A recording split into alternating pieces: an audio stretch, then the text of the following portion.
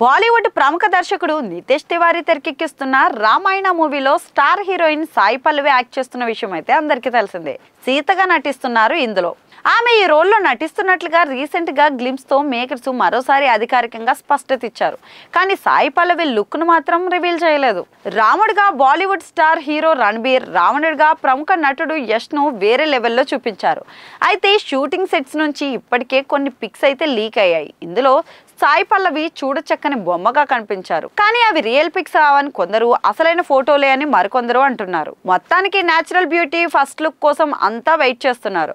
అదే సమయంలో రీసెంట్ గా సాయి పల్లవి సోషల్ మీడియాలో పోస్ట్ పెట్టారు.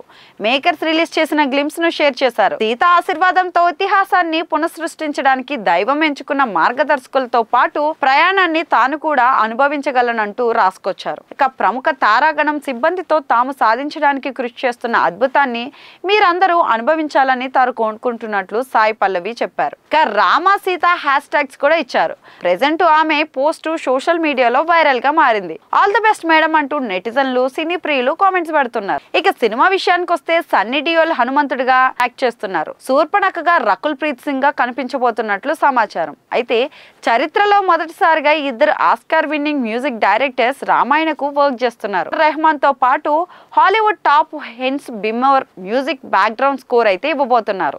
ఇప్పటికే ఫస్ట్ పార్ట్ షూటింగ్ కంప్లీట్ అవ్వగా ప్రెజెంట్ రెండో భాగాన్ని చిత్రీకరిస్తున్నారు. తొలి భాగాన్ని 2026 దీపావళికి రిలీజ్ కాబోతుండగా సెకండ్ పార్ట్ ఏమో 2027 దీపావళికి ప్రేక్షకుల ముందుకు రావడానికి అయితే రెడీ అయిపోతుంది.